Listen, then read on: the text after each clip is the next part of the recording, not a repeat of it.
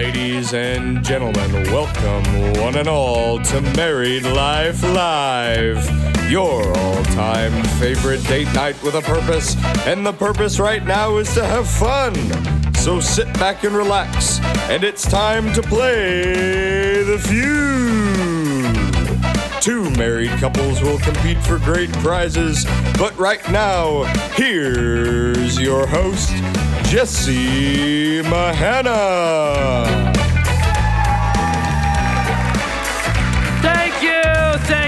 Thank you. I know most of the applause is for my taste in clothes, and what can I say?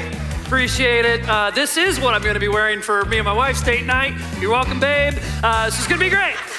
We're gonna play The Feud, and so we are looking for some couples that wanna come up. These are some big prizes because not only do I have in this pocket a date night, we got a gift card to a steak restaurant, so any guys in the room that like ribeye, you wanna volunteer for this, but also there's gonna be a fast money element to this game. So not only will you get a gift card to a steakhouse, but another gift card on top of that if you are good enough. So I'm gonna need two couples that watch a lot of daytime television is probably what I'm looking for here. How about right here on this side?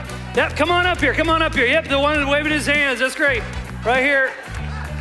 All right, that's fantastic. You got your hand, you're ready. Okay, yeah, bring your wife, that's great. Big round of applause, ladies and gentlemen. They love it when you clap at them. That's great. Well, come on up here, ladies and gentlemen. She backed down. We're all waiting on you guys. So do I need to pick another? Are they on their way? No, yep. Okay, no, okay.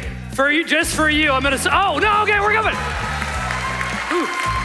Man, I would have hated to volunteer my wife for something she didn't want to do. That would be bad.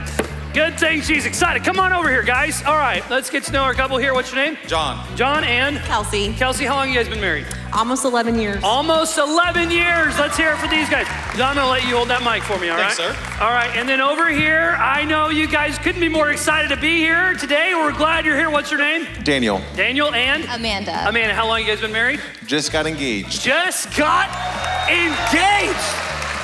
This is perfect. Wow, John. Okay, we're gonna pray for you. I'm gonna let you hold that mic. I'm gonna pray for you. Whew. Hey, this is perfect though, because here's how we're gonna play this game, okay? Since we've got someone almost 11 years, congratulations, by the way. When's the anniversary? I'm just kidding, May 12th. May 12th, okay. See what I'm saying though? Double standard. Yeah, earlier, the wife, oh, she had a kid, it's fine. But the husband, oh, anyway, all right. We'll talk about that later. Okay, today is all about companionship. You guys are gonna have to work together to get this, but since we've got kind of the oldie weds, okay, that's what I like to call them, the soon-to-be newlyweds. So if, just to make this a little fun, if you've been married 7 years or less, we're gonna put you on the newlywed team. Can you guys make some noise for the newlyweds? Soon-to-be newlyweds, soon-to-be. You never know, Jonathan's here. We could do this tonight. Let's get the license. I could let him borrow my suit. It'd be great. No, kidding. Okay, and then if you've been married, let's see, longer than 7 years, give it up for the oldie weds over here.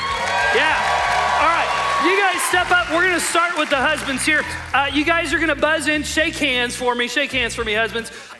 This just like another popular television show that I won't name for copyright reasons. It might be hard to pin down. But the point is, I'm gonna read a question, you're gonna buzz in. If you're the first to buzz in and you have a correct question that's on the board, you can choose to pass or play if it's the top answer, right? So if you don't get the number one answer, you buzzed in second, you get a chance to see if you can do a higher answer. Does that make sense? You can choose to pass or play. We'll go just like that. First round, the points are just worth single points, not doubling or tripling anything, although that is coming. Are you guys ready? Ready. Okay, here we go. Name a professional sport where the players make a lot of money. Okay, that was angry. So there's another game. There's another game we play called Break My Buttons, and we're not playing that today, but so sorry about that. If we were, you would win. Okay, but we're gonna say you got it first, okay? Name a professional sport where the players make a lot of money. What do you think? The NFL. NFL, okay, we're gonna go, so I'm assuming football there. Let's see if it's up there. Hey, number one answer, you wanna pass or play? Ask her, it doesn't matter, just ask her. We're gonna pass. We're gonna pass. There's some strategy involved called not wanting to play. Okay, all right. I'm kidding. I'm kidding. Come on over here. They're going to pass it to you guys. Now, here's the thing. 3 strikes, and then they'll get a chance to steal. So what I'm looking for is a professional sport where players make a lot of money. What do you think? Baseball. She says, here, hold on, let's do it again. Oh, baseball. Yeah, it's not your fault, it's all that guy. Okay, baseball, is it up there? Yes, baseball is up there. All right, what do we think? Name a professional sport where the players make a lot of money. What do you think? Basketball. He's gonna go with basketball. Is it up there? It's up there. All right, go ahead. What do you think, Mallory? Name a professional sport. Oh, I'm sorry, I forgot to give the room direction. Every time they answer, good answer, good answer. Come on! Daytime television, people, come on. Lose your hobbies, do that instead. Okay, just kidding, don't, whatever. Soccer. She's gonna go with soccer, good answer. See, there you go. 1,000,000 points to you. They're not redeemable anywhere, but 1,000,000 points. All right, what is it? Yes, it's up there. One last answer on the board, and you could sweep the board. Golf. Golf. It's considered a sport by some, sure. Survey says, not up there, sorry. Sorry, they just don't make enough money apparently. All right, what do you think? Tennis. Tennis. That's also considered a sport by some, sure, yeah. Is tennis up there? Yes! Way to go, swept the board. Good job, give a big round of applause. All right. Ladies, if you would step up to the button, it's gonna be your turn. Good job, swept the board. It's anybody's game though. Anybody's gonna go ahead and shake hands. There you go, shake hands, yep, perfect. And it's Mallory, and I'm sorry, remind me, Amanda. Mallory and Amanda. Okay, Kelsey. Amanda. Kelsey. Your name, what? My name's Kelsey. Your name's Kelsey? Yes. Where's Mallory? Oh, hi, Mallory. That's the other wife. No. Yeah, all right. Hi, Mallory. Do you want to play? I'm pretty much already got you in the game, so, all right. Listen, I'm not the one playing the game, okay? So just everybody calm down. It's Kelsey and Amanda, I knew that. Knew that the whole time. All right, okay, don't you forget her name though, you'll get in trouble, all right. I'm gonna read a question first to buzz in. We got a new question. Wait for me to finish reading the answer. Here we go. You get to choose pass or play if you get it right. What's something you keep in your car just in case? Okay, it looks like the buzzers said that Kelsey got it. Go ahead. Pants. Pants. Sure. I like to keep those on me. Clothes, I mean. Sure, just pants or clothes. Let's straight to pants though. All right. Mallory, let's see if it's up there. Bear gloves. Amanda, if you can beat Kelsey's answer, anything other than pants. Napkins. Napkins. Good answer. Isn't it funny that the only thing that aren't in a glove box is gloves? That's the truth. Okay, all right, is it up there? No, not up there. There's a lot of answers up there. That's 7 answers, pass or play. What do you want to do? That's all I keep in mind. We're gonna pass. They're gonna pass. Yes. Strategy. All right, you guys are gonna play. Come on over here, Amanda. And I'm gonna ask your name again because I'll get it wrong. What is it, Robert? What were you called again? Daniel, okay, that's all right. Just my brother's name, my father-in-law's name, my coworker's name. I should have got that. Okay, Daniel, name something you keep in your car just in case. I'm gonna go with directions. Directions? Directions. 2000s and a map. Like a map, okay, all right. Navigation. That's, okay, sure. Map or directions is up there. There it is. See, you were thinking of MapQuest when you had to print off, yeah, okay, I got you, yeah. Some of the couples in here are like, what are you talking about? Which is impressive. Okay, here we go. Amanda, what do you think? An umbrella. An umbrella, that's good, that's good, that's good. Good answer, good answer. Is it up there? No. Apparently, we surveyed them in a very arid climate, all right?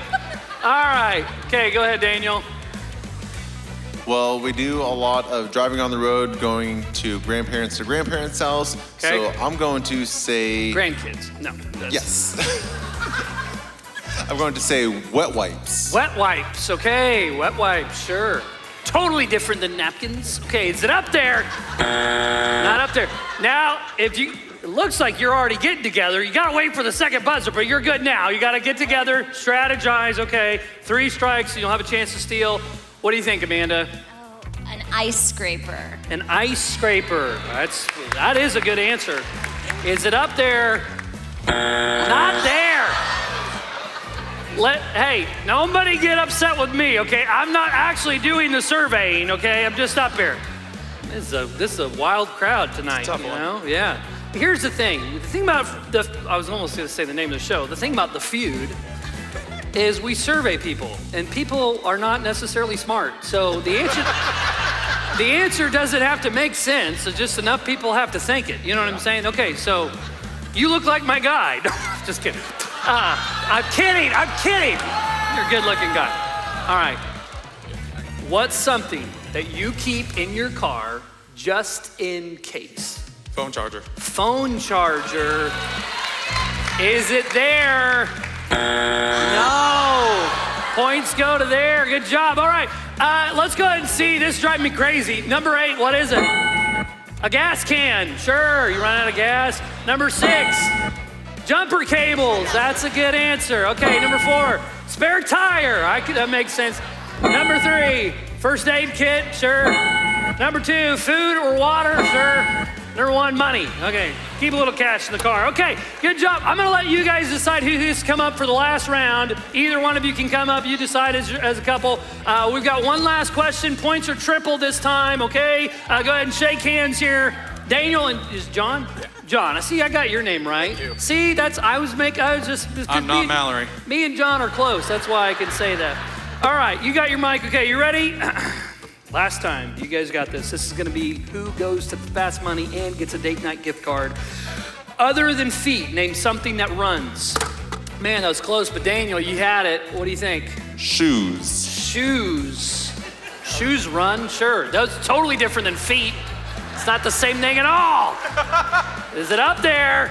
No, it's not up there. John, I need something. A car. The car, is it there? All right, it's there. You want to pass or play? What do you think, John? What do you guys think? What should they do here? Pass or play? Pass. Pass. They're going to pass. All right. Okay, Amanda, what do you think? Other than feet, name something that runs. There's 5 more answers on the board. What do you think? A refrigerator. A refrigerator. Good answer. Amanda, were you the people that called people in middle school and said, is your fridge running? Why don't you go catch it? Is it up there? There it is. Amanda, the prankster. All right, Daniel, what do you think? Other than feet, name something that runs. Well, if you eat a lot of food, something else has to run. That's kind of in the bathroom. Okay. So it's kind of the toilet. You've said enough. Yeah, sure. All right. Good answer. Good answer. Daniel, I don't know that I should say this, but we do practice these games, and it will surprise you to hear that when we played with the worship team last night, I got the same answer. So, is it there, though? That's what matters. No, it's not. No. It's almost like we should put the name family in the game so that we wouldn't get answers like that. No, I'm just kidding. All right, Amanda, other than feet, name something that runs. The dishwasher. The dishwasher, sure. Did you run the dishwasher? Is it up there? Not there, too. You guys want to work together here. You can steal, have the chance to steal the points. Points are triple, though. It's anybody's game. Daniel, other than feet, name something that runs. What do you think for the newlyweds? Something that runs. Your nose. Your nose, man. What a good answer. Nose. And the thing is, I have no idea where you got that from. That's amazing. Wow. Is the nose there? It's there. All right, Amanda, what do you think? Other than feet, name something. Amanda, what do you think? Other than feet, name something that runs. There's a lot of Amandas in the room. Oh, water. Water. She's saying water. Is it there? It's there. 2 more answers. Come on, Daniel. Other than feet, name something that runs. What do you think? I mean, I like the air conditioner / heater. Air conditioner or heater. All of AC. Any electric item. No, okay. Let's do air conditioner. Is it there? Not there. But it's anybody's game. You guys have a chance to steal here. If you don't steal, they get the points. I think they'll be going to Fast Money. but you can do it. I believe in you. It might be close, actually. Cake, what do you think? Yeah, what do I think? Yeah, come on. Oh, yeah, help them. Oh, yeah, but the oldie ones are on their own. Okay, John, what do you think? Other than feet, name something that runs. An animal? An animal, sure. Sure, good answer, good answer. Is it there? It's not there. All right, number 6 is a clock. The clock's running. Okay, number 5, and pantyhose. No one's gonna follow you for not getting that, John. All right, give it up for John and Mallory. No, just kidding. All right, here's a consolation prize for you. It's a gift card to New Spring Store. Give them a big round of applause. That's fantastic. Thank you for playing. Really, thank you. All right, over here, you guys are going to the fast money round, so give it up for the newlyweds, people, soon to be newlyweds. All right, now already this is yours, Daniel. I'm gonna let you hold on to it so I don't forget to give it to you. This is this is a gift card to Saltgrass Steakhouse, so you can have a wonderful date after this. What we are playing for is an additional gift card to Topgolf, okay? So here's the deal. This is the way the game works. It's fast money. You guys are both gonna be given 5 questions, okay? You're gonna have to answer them in 20 seconds and then 25 seconds. Together, pooled together, you have to get to 200 points to get the fast money, all right? You guys think the newlyweds up here can do it? Yeah. My question is, Daniel, who wants to go first? Would you like to go first, or would you like Amanda to go first? I would like Amanda to go first. Amanda's gonna go first, all right?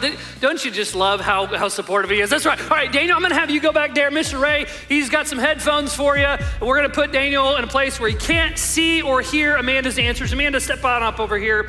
I'm going to give you 5 questions, very simple. Time will start when I finish reading the first question. If you don't wanna answer, you can say pass, and I can come back to it if you have time at the end, okay? 20 seconds, again, the time starts when I finish reading the first question. You guys gotta give it up for Amanda here, our reluctant volunteer. You got refrigerator, that was a hard answer, okay? You got it, I believe in you. Put the mic right up close there so they can hear your answers. Okay, here we go. Name a term used in a game of bowling. Strike. Name the most popular ride at a carnival. A Ferris wheel. Name a creature that people are scared of that starts with an S. Spider. Name kids' park equipment adults would probably hurt themselves using. A merry-go-round. What are some things that come in pairs? Shoes. Shoes, good answer. Give her a big round of applause. Big round of applause.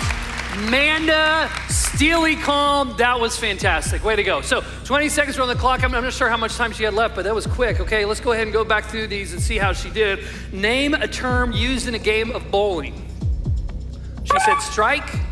Survey said, hey, 67 points. That is great. Amanda, doing fantastic. Again, you only have to get to 200 points, and that is with Daniel's answers combined. So if he can do like half as good as you, he'll probably be fine.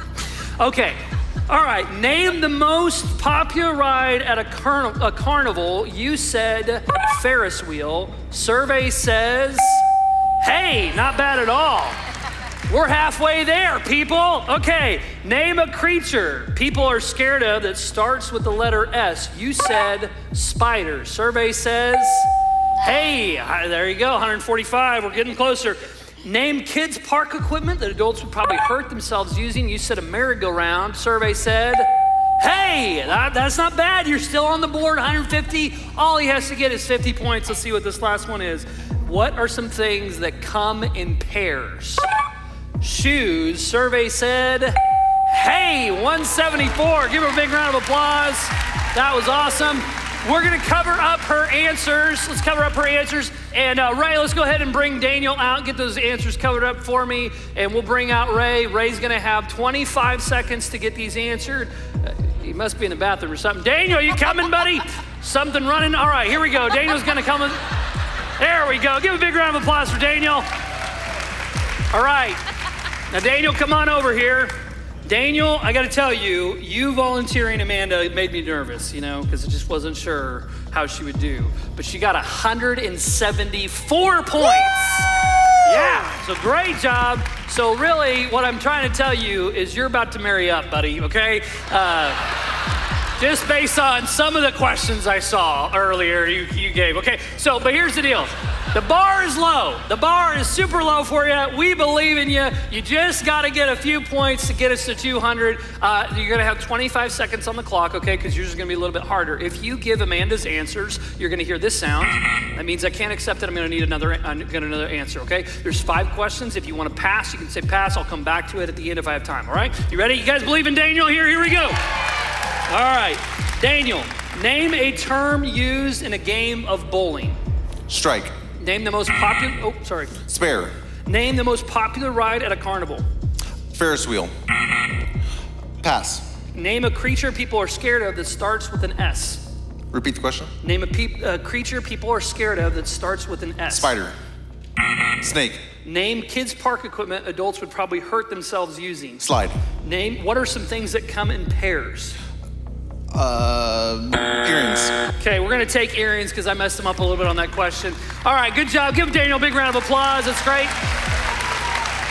All right, let's see how you did. We don't have to get much, but let's see if we can get those points up there. Name a term that's used in a game of bowling. A game of bowling. You got to get 26 points to get this, so Shirley's Fair is said a lot, okay? In bowling, let's go ahead and see what survey says. There it is, 201 points. Congratulations. Good job. I will tell you, Amanda got strike was the number 1 answer. Ferris wheel was the number 1 answer. Daniel got snake, which was the number 1 answer. Monkey bars was the number 1 answer on equipment. And Amanda got shoes as the number 1 answer. 4 number 1 answers. So give it up for Amanda and Daniel. Congratulations. The Top Golf gift card is yours. We appreciate it. One more time for all the newlyweds in the room. Big round of applause. Thank you guys. You can have a seat. Hey, I hope you guys came ready to have fun. We're gonna have a blast. And today we are talking all about companionship. I can't wait for you to hear that talk from Jonathan and Wendy. And speaking of Jonathan and Wendy, give them some noise right now. Jonathan and Wendy, guys. Well, hey guys, it's so good to see you tonight. Jonathan and I are super excited to be here again. I was telling Wendy, we don't know because we don't have a count yet, but this may be the biggest crowd that we've had for Married Life Live. Thank you for coming and making this a success. We appreciate it so much. Yeah, we couldn't do it without you guys, for sure. We couldn't, and I just want you to know that this is so important to our church. If you don't know much about New Spring, we want you to know that our heart is to see people grow closer to the Lord, but also we want to see families grow stronger. And so we do everything that we can to invest in your relationships and your family. This is huge to us, and we are so thankful that you're taking this hour out of your night to really focus on your marriage. Yeah, and have some fun. I don't know about you guys, but I've already had some fun. And there's still way more to come, but we're super excited you're here. If you have kids and they're over in the Kids World area tonight, they're having a blast, so set your mind at ease. You guys are gonna have a blast. If you had a friend or a neighbor or a coworker invite you and you're here for the first time at New Spring and you're thinking, this place is a little crazy, it's okay, we are a little crazy. We are a little crazy, so that's okay. But we're so glad you're here, so thank you so much for coming. Hey, some of you guys found out about Married Life Live because you saw it on social media. And so we just wanna encourage you guys, we would love to see this whole auditorium packed out at one of these soon. So make sure that when you see it on social media, you're sharing with your friends, invite somebody. It doesn't have to be a New Springer. Anybody in the community is welcome to come. I'm a little backward on social media. I'm on the Facebook. Facebook? I'm on the Facebook, and I'll post on there. But some of y'all are much more hip, and you do the Insta stuff and all that. Like, that's way over my head. Like, you won't find me on Insta because I wouldn't know my way around. Yeah. But definitely, please, if you enjoyed this, post about it. Let your friends and family know. We would love for them to come and be a part of this. Yeah, hey, well, we have got way more fun coming up tonight. So take a look at this video, and then we'll have some more fun coming. Love our differences. We're just different, men and women. Like the way we text differently. Men and women text differently. Like when men text something, it's just a couple of words, send. That's all I had to say. I have nothing left right now. I'm tapped out right now. When I get another thought, I will send that out to you. But right now, just a couple of crickets playing racquetball up there. Yeah.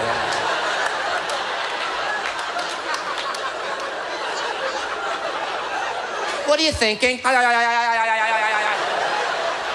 Nice shot, Geppetto.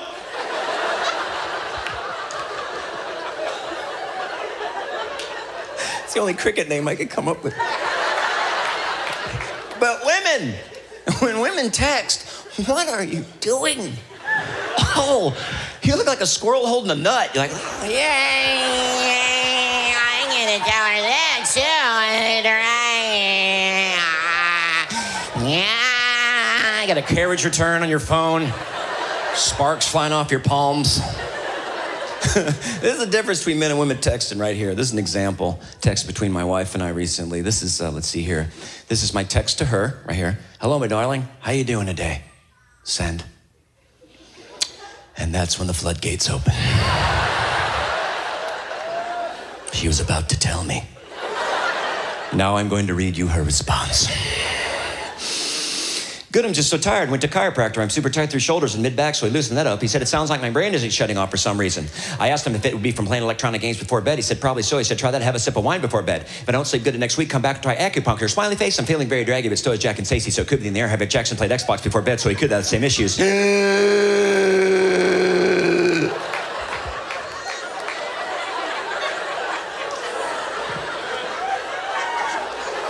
So I text back, okay.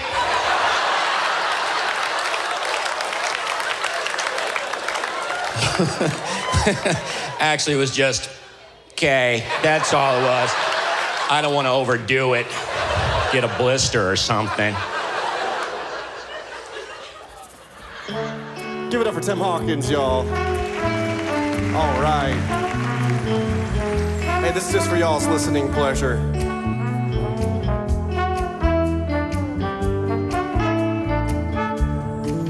You're a falling star. You're a getaway car. You're the line in the sand when I've gone too far. You're the swimming pool on an August day, and you're the perfect thing to say. And you play it coy, but it's kinda cute. When you smile at me, you know exactly what to do. Baby, don't pretend that you don't know it's true, 'cause you can see it when I look at you. And in this crazy life, and through these crazy times, it's you. You make me sing your every line, your every word, your everything.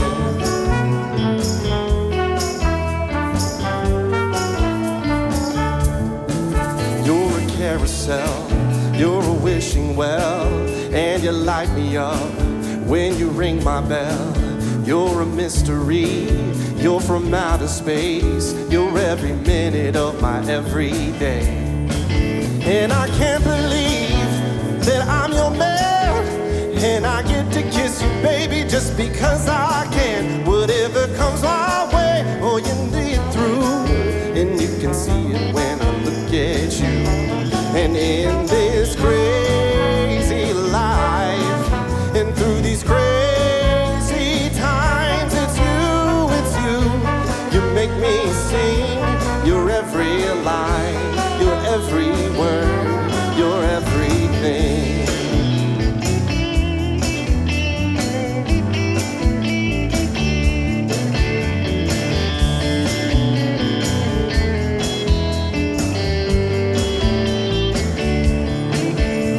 So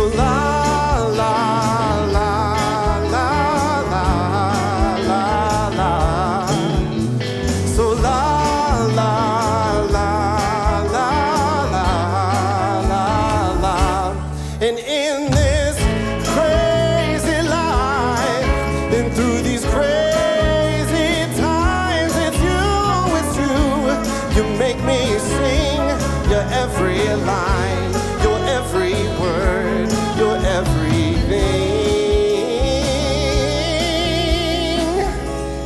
your every song. And I sing along, 'cause you're my everything.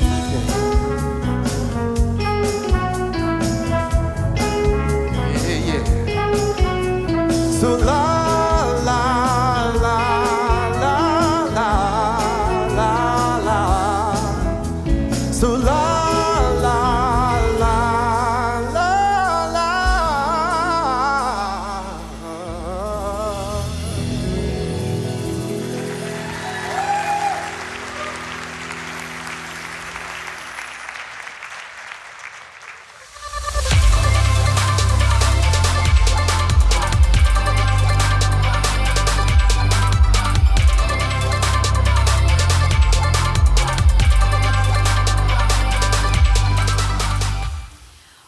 again. That was cool. That's Yeah, one all of the my favorite Buble fans songs. in the room are very excited right Yes, now. Very yes. having fun with that. So. That was fun. I feel like I needed to get up and dance a little, you know? Right, yeah. So we're talking about companionship tonight. If you're new to Married Life Live, just really quickly, we do this 4 times a year. And we focus on one big idea that can really take your marriage to the next level. And tonight, this is the first time we've recovered a topic we've covered before. We've talked about companionship before, years ago. Yeah. New talk, but we want to come back and talk about this because companionship is at the core of not only what makes marriage successful, but at the core of why God made marriage in the first place. Yeah, absolutely. Genesis 2:18 lets us know, the Lord God said, "It is not good for the man to be alone. I will make a helper who is just right for him." And if you've been to any of our events before, or you've heard us talk at marriage retreats, or maybe even premarital classes, you know that when that word helper is used, it really means a companion hero. Right, that's two meanings of that Hebrew word. And you've heard us talk about the hero part before. We say it's about being there to help them out. They need somebody, they know you've got their back. But tonight we're going to be talking about the companion part of that, being a fellow traveler. As a matter of fact, our friends Les and Leslie Parrott say companionship is the main marriage motivator. It's the main reason why we want to share life with somebody, is that we don't do well when we're lonely. And marriage is really built to fix a problem. If you notice what the scripture says, God said it's not good for the man to be alone. I'll create a helper who's right for him. Marriage, even though some of us have marriage problems, God created marriage to fix a problem, not to create one. Yeah, well, before we continue on talking about companionship, I want to take a little survey, super quick. All you got to do is raise your hand when I ask the question. So, how many of you in the room like to take road trips? Raise your hand. Oh, good. We'll pray my for you. fellow friends. All right, so how many of you in the room do not like to take road trips? We'll pray for you, okay? All right? He used to like to take road trips. I mean, in all fairness, I've never liked to take road trips. But when I was in college, I went to this college that was super strict. It was in Pensacola, and I didn't have a car. And so I really did actually want to take trips then because it meant getting off campus. I could go someplace else. And Mobile, Alabama was about, an hour and a half away. And so on the weekends, sometimes I'd have friends who would drive up to Mobile. And if I was lucky, they would ask me if I wanted to go along. And so I wanted to go again. So I want to make sure I was a good traveling buddy. If they invite me on this trip, I want to be a good traveling buddy so that I'll get invited again. Because again, I don't have a car. I don't know if I expressed that enough. I didn't have a car. He was and stuck. so I was stuck there. So anyhow, what I had a backpack, and I was sort of my buddy kit. I would pack all the good stuff that you pack on a trip, to take on a trip, to be a good buddy on a trip, so that hopefully I would get asked again to go on a trip. And we were talking about how the things that were in the backpack were actually kind of good metaphors for the things that you need in marriage to be a good companion. Now, this is not the original road kit. It's been like 23 years since I've seen that backpack. I'm sure, given that time frame, it's sitting behind some Doc Martens underneath a couple of Nickelback CDs. But this is as close as I could get, right? This is a reasonable facsimile of the bag. Yeah, and so we decided when we were talking about this talk that some of the things that he would put in his backpack to go on those road trips would be things that we could kind of apply it to being a good companion to our spouse, right? Yep. So let's just start. The first thing he would put in his backpack, which I kind of thought was cool when we did the Family Feud thing, it was not planned, is a map. Yeah, so, and again, I was trying to reassemble this bag. I found some of the things that used to be in my bag are hard to find now. I went to Walmart and I asked this young man, I'm like, can you tell me where the maps are? And you know how you hear about Valley girls? This was like a Valley guy. Because he said, dude, don't you have a phone? And I'm thinking, this guy's thinking, I'm gonna show this dude something on his phone that is gonna blow his mind. GPS gonna change your life, my friend. But no, back when I was in college, that was what you did. If you were a good traveling companion, you navigated. If you were in the passenger seat, you had the map and you said, this is how, this is where we need to go. And that's a good metaphor for the fact that in marriage, you do need to have a shared direction. You need to decide where you're going together. Yeah, and I mean, the Bible even tells us we need to decide where we're going together, because Amos 3:3 says, can two people walk together without first agreeing on the direction? I mean, you have to agree on where you're going, otherwise you won't both get there. And there's two parts of this. One is agreeing on the destination. So like you can see here, we've got a few paths marked out on this map. But the circle here is the destination, where you're ultimately going. And there are a lot of people in this room where you agree on where you're going. So maybe you've agreed that you're going to pay off your debt, or you're going to buy a house, or one of you is going to go to school and finish a degree, or something like that. So you have a big goal. But then isn't it true that one of the more complex parts of this is the path to get to that goal? We may have very different ideas about how we would get to that. So there's two parts here. There's the big goals that we need to be on the same page about, but there's not only that, there's the daily decisions. That's the path that's going to get us to the goals that we have. And what's complicated about this is, you're not single anymore. You see, single life is less complicated. Did you know the Apostle Paul said that? The Apostle Paul said single life is less complicated than married life. He said being married is a good thing, but just so you know, when you sign up for marriage, you're signing up for more complication. Why? Because, see, I have this line that says, me. If I'm single and I'm picking my destination and my path, that's pretty simple math, isn't it? This is where I'm going to go and this is how I'm going to get there. And Wendy might have her own destination and her own path. And what happens is, we've seen this in years of marriage counseling. People get married and they're absolutely shocked that their destinations don't automatically match and their paths don't automatically match. But the thing is, that is why marriage is more complicated. For the same reason that a three-legged race is more complicated than a walk in the park. You are now tied together. You are one team. And so that's why we talk about, and we'll go into a little bit more depth here in a second about this, but it's about finding a shared destination and a shared path. Yeah, I'm going to give you this back Yes, so thank that my you. I'll arm take can, it. I'll take it, and I'll fold it. Yeah, I think. you should do that. Be a distraction. No, I'm kidding. I'm not kidding. Yeah. I actually, this is the first time in my life I've ever successfully folded a map. I'm feeling very proud right now. Yay, you. Yeah. Good job. Good job, babe. Well, Major life accomplishment for me. So, some of you may be sitting out here thinking, like, hey, what if we don't agree? Like, what if we don't agree on the daily steps of how to get there? Well, shouldn't we just compromise? But you're not a fan of the term compromise. Yeah, and maybe it's just me. The word doesn't strike me right, because I feel like compromise, the idea is sort of neither of us win, neither of us are happy, and we both just basically say, well, let's agree to neither of us be happy. And I really don't like that idea. I like the term cooperation. And I actually, when I think about the word cooperate, I love thinking about like CO-operate, that we are operating together. See, we just talked about the fact that the two become one in marriage. God said, you are going to be two individuals who become one team. Right? So that means that we are going to have to combine our efforts together to become one team, right? And so ultimately, that's what we're talking about with cooperating. Wendy has her own identity, her own desires, her own fears, her own goals. I have my own identity, my own fears and goals and desires. And the only way this is going to work is if we can operate in a way that honors all of that. If I can operate in a way that honors where she's coming from, she can operate in a way that honors where I'm coming from, and we can find. That's why, notice, on that map, we had the path that I would choose by myself, the path that Wendy would choose by herself, and then this third path. And what is that third path? What does it need from you? It needs creativity. What is the thing that we haven't figured out how to do yet that both of us are good with?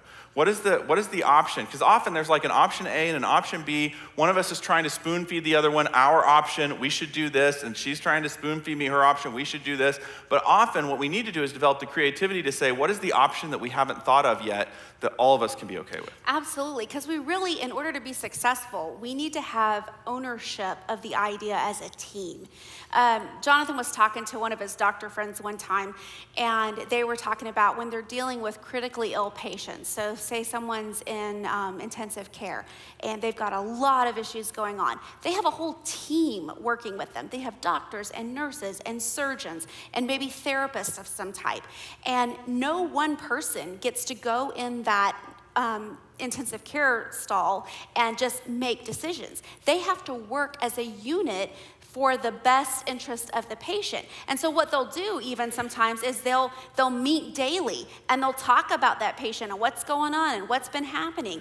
And they have to decide as a team what's the best course of action for that patient. And then they'll say, hey, thumbs up. And if everybody gives a thumbs up, okay, they go out of that room, they know that's the plan of action. Everybody takes ownership and responsibility for that.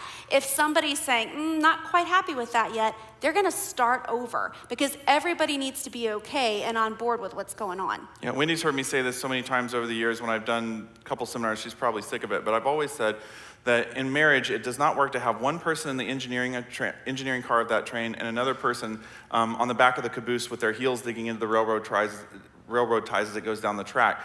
If anybody loses, we all lose. Yeah. There's got to be an ability for us to see a shared path together, so that's what we're talking about with that map. All right, you got something else in that backpack. I kind of feel like it's Dora. Did anybody ever have kids who watched Dora the Explorer with backpack? Okay, yeah.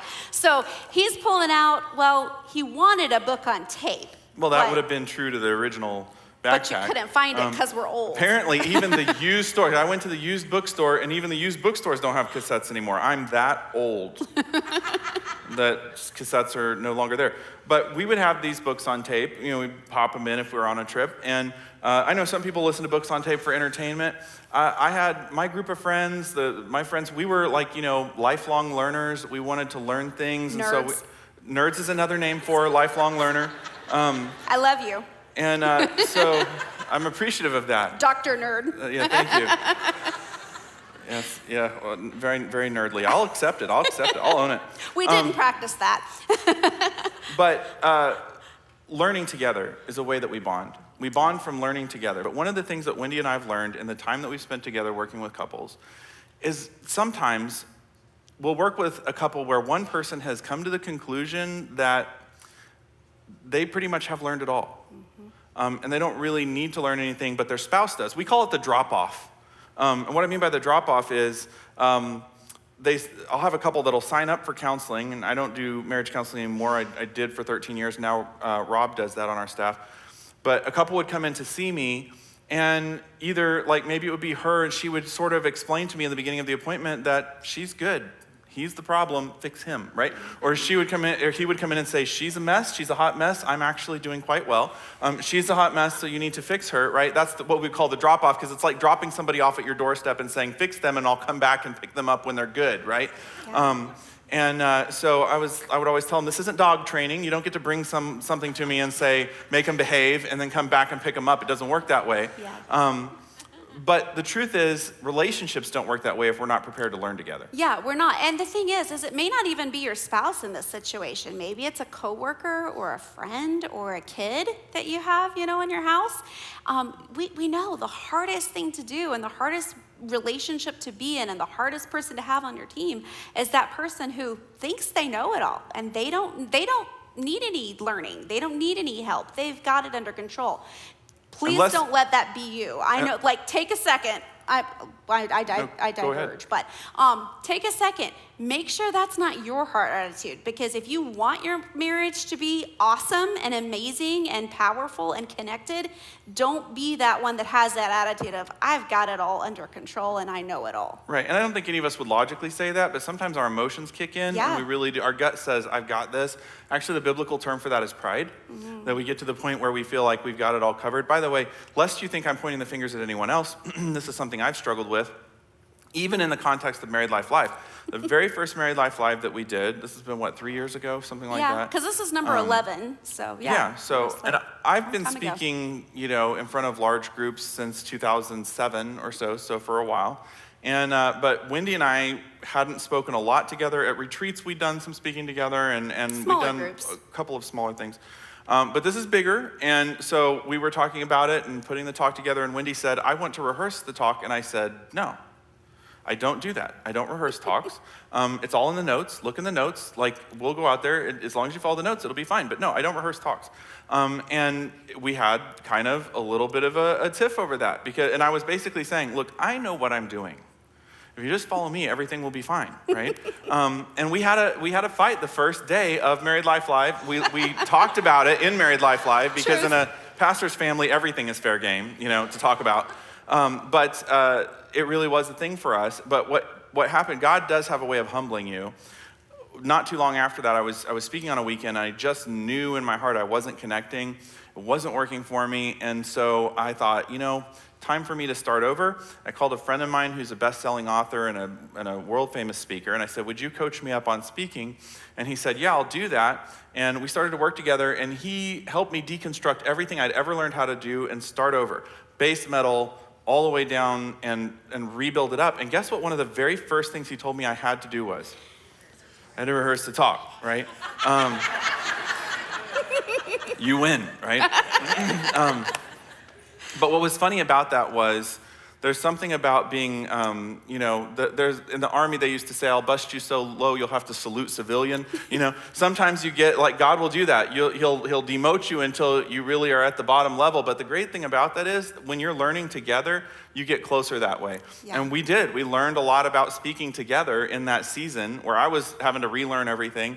And that's good. And so ultimately, I would say, if you want to be a good companion, you got to be open to learning. Yeah, absolutely. But here's the thing. You've got people sitting out here, and they're going, well, that's all well and good for you guys. But I'm not going to be on any stage speaking with my spouse anytime soon. So can you, bring it into the real world? A different example? Sure, a different example. Yeah. So one example would be parenting, right? So just show of hands, quick straw poll vote. Show of hands, those of you in the room who would say, I have parenting completely figured out, I've figured the whole thing out, I have everything. Whether you have little kids kids keep your or hands grown up. I want to kids. see, I want to count, right? Anybody? Okay. Right? And again, logically, we all know that, but isn't it true that sometimes in the moment, we behave as though we figured it all out? With our spouse, we behave as though we have it all figured out. And we treat them like they have a lot to learn, but we've got it all. Even though logically, when somebody says, do you have it all figured out? I'm not raising my hand. But in the moment, we can really behave that way, right? And so one of the things that we want to emphasize to you is that you could increase the intimacy level in your relationship so much by making a conscious decision that regardless of who of us is most advanced in whatever area we're talking about, finances, parenting, work-life balance, all those things, we're going to choose to learn together. And there's some solutions we could give you even on that parenting example. Yeah, so a couple of real quick things. Jot these down if you want to. Dr. Kevin Leman has a great book called... Big fan of Dr. Leman. Yeah, called Have a New Kid by Friday. It's awesome. If you read fast to have a new kid by Friday, you have to read fast. Yeah. Well, it's already Friday, so I'll have to read it by midnight. Don't start it on Friday. Maybe start, anyways. Okay. Anyways, another great thing is NewSpring has some great resources for you guys, for parents. If you ask in Kids World or Baby Bay, there's lots of great resources that they have to help you with parenting. Maybe go to a parenting seminar, or maybe your small group would do a parenting study together. But the key is do it together. It is, and I would even say this, because I know in a group this big, we have people who are empty nesters.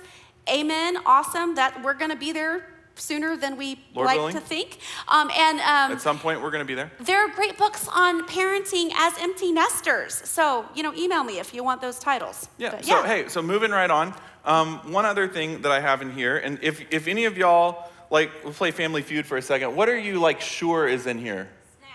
Oh! Okay, we heard it right there, Hello? right? Yeah. Snacks. So, You want me to help? yeah, here, you hold that. Okay. Let me look. We'll see I'm what holding the clicker. You're holding the clicker. You've got all the power. Who are my Mike and Ike people in the room? Mike and Ike's. Anybody like Mike and Ike's? Where is it? Right Somebody here. close. Right here. Okay. There you go. Don't put an eye out. Okay? Sour gummy worms. Oh, over there. Right. There you go. There you go. Whoa, almost. Oh, almost. More Mike and Ike's. I got more Mike and Ike's right there. Whoop. Don't Yep, let me hit watch you. your eyes. Good catch. Milk duds. Oh. Way back. Yes. Nice catch. Right. There you go. Thank you. Yeah, snacks. If you want to be a good road buddy, you got to bring snacks. And if you're decent, you bring snacks for everybody. Some of y'all in the room, you just bring snacks for yourself, and that's sad. That's not nice. You bring snacks for everybody, right? Because you want to take care of the people that you're traveling with. And one of the biggest things about marriage, and this is something we know from research, is that successful marriages are marriages where people plan to take care of each other. One of the things we tell our pre-married couples is, look across the table at your fiance, realize this is the person whose drool you're going to be wiping off when they're 90 and in a nursing home. Are you still cool with that? Because don't sign up for this if you're not still cool with that, right? That a big part of this is saying, look, so many people treat marriage like an acquisition. I got a car, I got a house, I got married. But actually, marriage isn't an act of acquisition. It is signing up for a job. Yeah. You're saying, I'm gonna serve God first. But of all the other human beings in the face of this planet, if I'm gonna serve another human being, this is my person that I'm gonna serve. And I recognize my job is to help them through life. And if I don't do that, it's only a take relationship and not a giving relationship. Yeah, it's super important to be able to say to your spouse, I've got you covered. And it's super important for your spouse to know and to feel that you've got them covered. And while I'm confessing my sins tonight, this is something else that I'm really struggling with. I do struggle with this. Wendy and I both had knee surgery in the last decade, you more recently than I. I had open knee surgery to take out a piece of bone. It was great. And I had surgery to take out a piece of fat that had pulled out. Yeah, the Fat pad. Yeah, so You those of you medical who've had people knee will know surgery, you know how that is. Yes. But so when I got home from surgery, Wendy had already like oriented the recliner towards the TV. There was a spot for the cooler that was going to pump cold water over my knee, and she'd figured out all these things to make sure that I was going to recover well. When Wendy had her knee surgery, I was like, well, yeah, I'll take you and bring you home, you know, whatever you Wasn't need. that bad. Just let me know, right? I do struggle with this, anticipating needs, knowing, okay, this is what Wendy needs from me. But all of us need to be working on that because ultimately our relationship is as good as our ability to meet each other's needs. When we're not meeting each other's needs, our relationship's not going to be good. And so it's something that a lot of us have some work to do on. Yeah, and really simple, guys. Ask your spouse what they need. Ask your spouse, how can I help you? Ask your spouse, what can I do for you today? Okay? And you may have to wake them up after they pass out when you ask them that, right? But You might, if you don't do it often. Right. By the way, there's a great book on this. There's a couple books, actually. One that's a perennial favorite that people have had for years and years, which is His Needs, Her Needs. Good book. But one that maybe is my favorite on this topic is by Les and Leslie Parrott, good friends of ours. They wrote a book called Trading Places. Excellent book. You can't miss that cover. It's the back half of a woman's stiletto and the front half of a man's loafer photoshopped together. But the book is called Trading Places. It's about putting ourselves in each other's place. Because here's the deal. If I give Wendy what I would need if I was her, I'm still not necessarily going to be meeting her needs. And if she gives me what she would need if I was her, she's not going to be meeting my needs. We have to actually have some intelligence about what's different about them and how I can meet their needs. So it's a great way of learning about each other and moving forward in that area. All right, in the bag again. Go grab it. Yep. Another thing that was hard for me to find. Yeah, it was, because it's old. Mad Libs. Right. Mad Libs, right? So what's a plural noun? A plural No, I know what a noun? plural noun is. I'm like, do you have a plural noun? Oh, yeah. Never mind. Well, later. We'll do this later. Yeah, we'll do that for fun later. It's really fun. I'll be like, have a good married life live. Give your married life live a married life live tune-up. Make sure there is sufficient air in all 4 married life live. It's really fun to just put the same thing in every spot. Jonathan Mark. But you do Mad Libs because you want to have fun together, right? You want to laugh together and have fun on a road trip. That's part of the fun of road trips.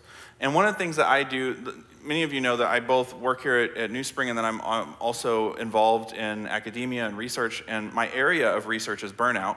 I mostly study just regular old generic burnout, but there's some new kinds of burnout that we're studying, and one of those is marriage burnout.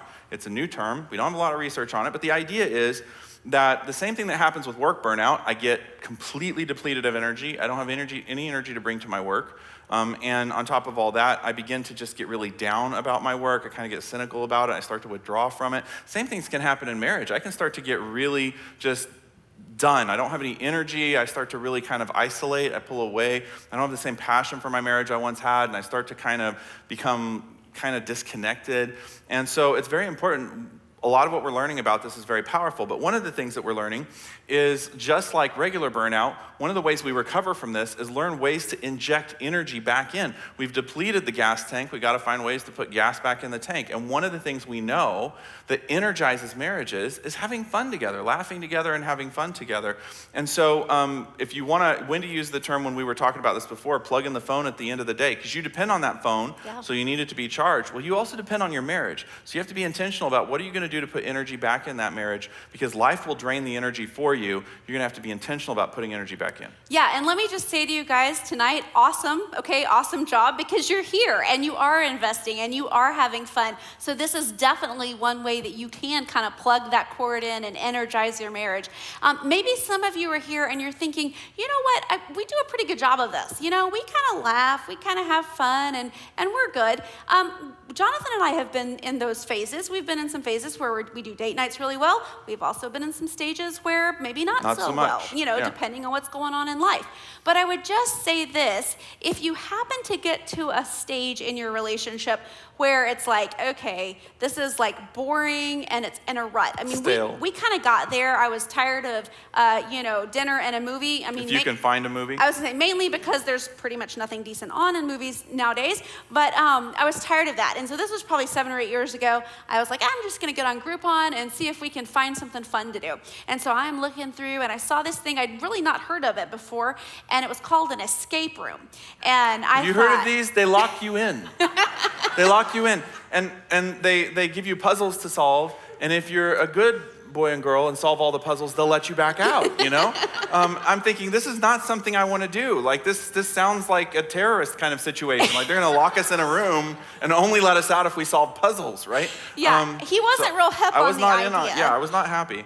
But we went and we did it, and hello, now he loves them. And anytime we go anywhere outside of Wichita, because we've done all the ones in Wichita, we have to try to find a new escape room to do, because it's something fun where we can use both of our skills and our strengths.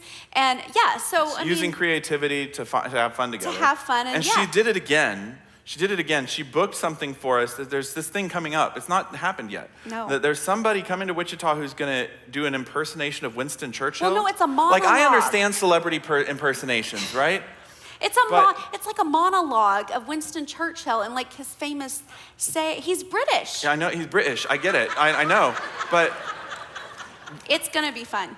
My point is, I just want to make a prediction here, that even if something doesn't quite work out, just making a prediction. Even if something doesn't quite work out, it'll still be energizing for your relationship because you're still doing that work, even if it's not your cup of tea. Like, say, going to hear somebody imitate Winston Churchill. Like, we can laugh about it afterwards. That's my point. Horrible. I'm expecting to laugh about it afterwards. That's exactly what I was trying to say. Okay. But bottom line is, try something new with your spouse, okay? As long as it's not immoral, illegal, if it's not dishonoring to God, go for it, okay? Because you'll either have fun and enjoy it, and it's something new you can do together, or you'll just have fun laughing about how horrible it was. And you'll make some memories. And you'll make some memories, which is actually the next thing we want to talk about. The last thing, actually. He's got a camera in that bag. I am a little bit of a camera person. And you take a camera along. Now you don't have to take a camera. Phone along take now. your phone. Dude, don't you have a phone? But back then, you take, because back then it was actually a thing to say, man, I wish I had a camera. Now, I don't know the last time I heard somebody say that. But you take a camera along because you want to make memories. A good companion wants to make memories with you. We've been married for over 20 years now, and we've made a lot of memories. And it's a mixed bag. I'm going to tell you, the memories that you're going to make in marriage are going to be a mixed bag. For us, the first few years of marriage were not good. And we've talked about that before in this environment, that it wasn't that there was anything illegal or immoral, we just couldn't get along. And we had really, really bad fights. And so there are memories that we still have, things that were said and things that happened in fights that if we were to go back and think about it, it'd be kind of like, ugh, that's not really sad. A great memory. Yeah. But that's also mixed in with a lot of great memories from day one. Yep. We're at a stage in our marriage now, we've been married for a little over 20 years. We're at a stage now where we want to really maximize the great memories that we're making together. We want to make the most good memories that we possibly can. And that's what we want to talk to you for just a second about, some ways that you can make sure that you maximize the memories that you're making as a companion. Yeah, and the first thing is super easy, and it's pretty much common sense. You just have to make time for each other. You can't make memories together if you're not together. Yeah, you won't make the memories if you don't make the time. Yeah. That's how it is.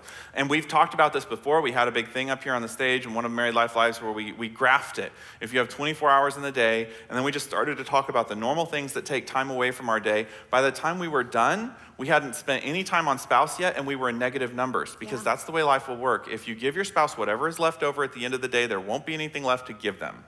And if you don't have any time to give your spouse, you won't be making memories because you won't be doing anything together. So it's important that you carve out time. You have to be intentional. And I like the term carve because I think about the guys who carved out the presidential faces in the mountain, Mount Rushmore. It's not an easy thing to carve something out of stone, and sometimes our schedules seem like stone, and people say there's nothing that's movable. Yeah, you're gonna have to get in there and carve some stuff out until there is some time, because if you don't have time, you won't have the closeness. If you don't have the closeness, then you won't have the point of marriage, which is that we are not alone in this world. Yeah.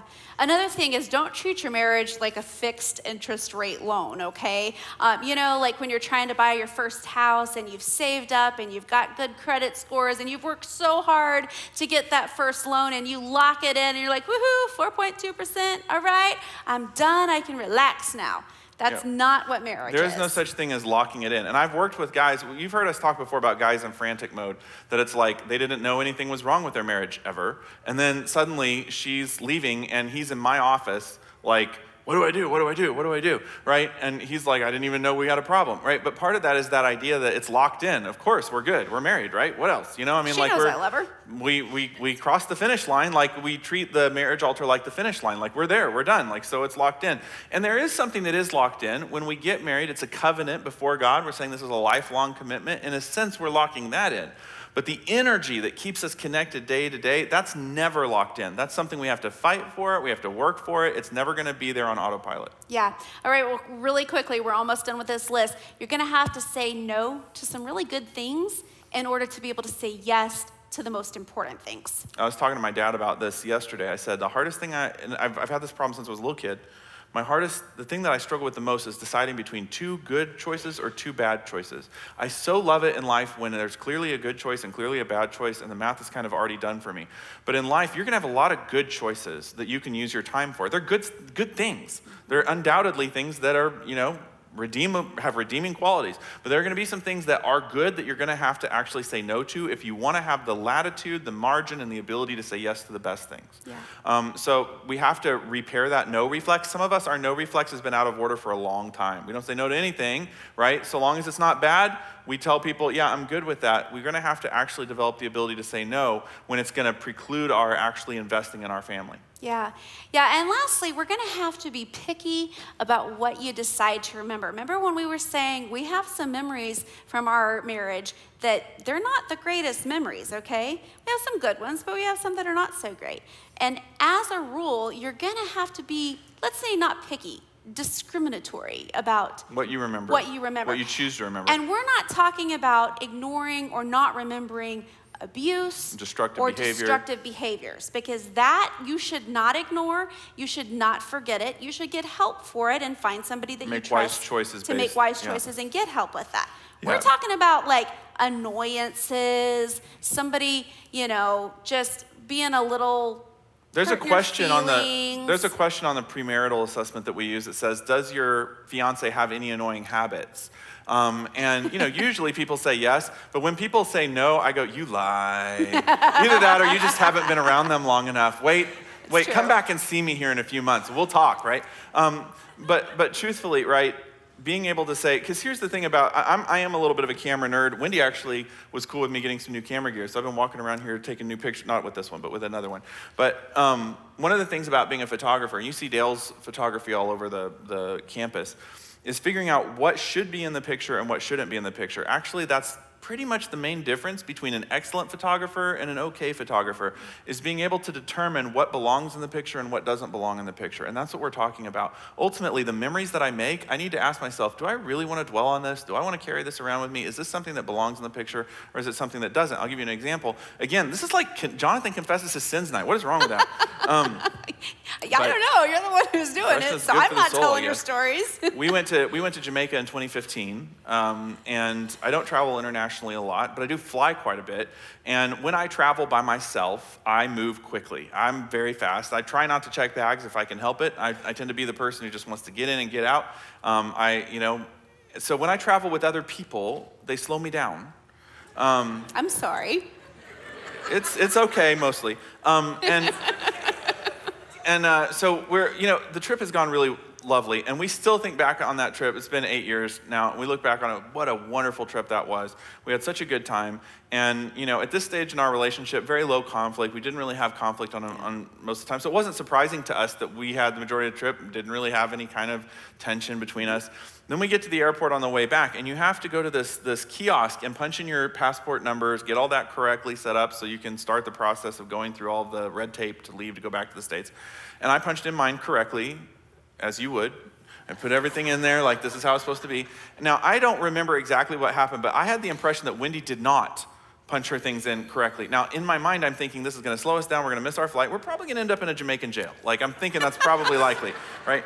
So I'm being very impatient with her. She's upset because I'm upset with her. You know how it is, like one of us is upset and then now both of us are upset. We get into a tiff. I walk off the other side of the airport, Leaves me in the Jamaican, area by myself. Well, I didn't want to go to jail with you, Yeah. So I was like, Who needs a companion in jail, right? Right, exactly. So Anyway, we're on the plane, we've kind of made up, and we sort of passed that. And I remember Wendy saying, you know, we've had so much fun on this trip. I think I'm just gonna remember the fun stuff. I don't really want to carry this whole thing with us, so I would love to just sort of put this aside. And I remember thinking, that's that wisdom of saying, right, and it's very gracious of you to say that, but that's that wisdom of saying, look, I have a choice what I carry around with me. I have a choice what I choose to dwell on, what I choose to remember, framing up, how are we gonna make memories together, and how are we gonna maximize the good ones? Sometimes it means that I'm not picking up every bad thing that I can and making that part of the roll of film. I'm really trying to be choosy about what I remember in our relationship. All right, well, one last thing, guys, and then we're done. You know, two of the things that we talked about tonight were great companions and how we want to be great companions for our spouse. And great companions have fun together, and they make memories together. And so we just want to super fast go over one way to do that. Now, we have what's called the 3-2-1 plan. If you've done retreats or any other Married Life Lives, you may already know this. You could probably tell us about it. But it's so good to hear, and it's so good to keep that in your mind. The 3 is 3 things to invest in your marriage in every year. So that could be a small group with a Bible study on marriage. It could be going Married to Life Live. Married Life Live. Marriage retreat. Indeed. Yeah. It could be going to other marriage retreats. It could be reading a book together or listening to a book on marriage, about marriage together. So just 3 things that you are investing in your marriage every year. And 2 is 2 overnight getaways. Yeah, 2 overnight getaways sans a year. Kids, sans laptop, sans work. Yeah, as you know, basic as possible, just you and your spouse. And maybe you're like, I can't get away to Kansas City or Oklahoma or New York or wherever. That's okay. Get away locally. Get away locally, yeah. So you go to a hotel somewhere local, somewhere close, so you're not looking at the dishes and the dogs and the mess and the laundry, and you're not thinking the yard needs to be cut, okay? Get away 2 nights a year. It really will energize your marriage. And then lastly is just 1 date night a week. And I know every time we say this, people are like, that you get the eye roll. Way too much. It cannot happen. I promise you it can, because we've told you this before. Dates are just time alone together having fun. That's the formula. Doesn't have to be any more complicated than that. If you make it more complicated than that, then I'll agree with you. It might not be possible for you. But if you keep it as simple as that, this is time alone together having fun, I promise any couple can make date night happen. Yep, absolutely. Well, we want to give you guys something to take home tonight when you leave that will help you do that date night. So as you leave tonight, the guest services people are going to give one of these to each couple in the room. And inside here are 5 cards. Now on each card is a date night idea, and you can scratch off the heart, okay? You know, pull out your little nickels and scratch off the heart.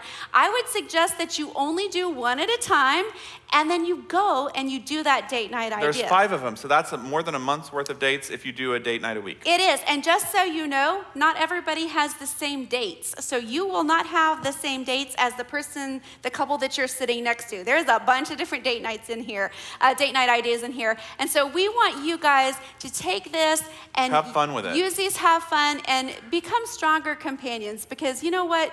When your marriage is growing closer together, you are honoring the Lord. And so we would just want to encourage you to do that and have fun with speaking of having fun, we want to bring out Jesse Mahana, our game guy and our Jesse! best buddy, and our. Let me tell you something. Hey, we didn't practice this, but I got to tell you, Jesse and Sarah Mahana, they have so many responsibilities with student ministry here. And Jesse is such an amazing leader. But I want to tell you, Wendy and I could not do what we do for marriage ministry without Jesse and Sarah Mahana. They are our right hands. They don't have to do it, but they choose to. Yeah. We thank them so much for this. Sarah, you're awesome. Thank you so much. Hey, one more time, give it up for Jonathan and Wendy. Wasn't that awesome? Companionship. And really, man, to Jonathan's point, just on behalf of everybody that I get to work with, I do get to work with a lot of kids and a lot of students. And so on behalf of everybody that works with kids and students at New Spring, thank you for investing in your marriage. It is a huge deal for your marriage, but it's a huge deal for your kids. So that is awesome. Listen, one of the things they talked about was filling up your tank, having fun. So one, everybody gets a prize. You get a date night, scratch it off. That's fun. You all get a prize just for being here. I can almost guarantee there's no escape rooms or Winston Churchill things. And I mean, I'm not gonna lie, I'm a little nervous because we do get to help talk about Married Life Lives a lot. And true story, me and Jonathan we both like escape rooms. And there was one time our brainstorming was, let's pull off an escape room for Married Life Live. and our wives talked us out of it, so that was a good idea.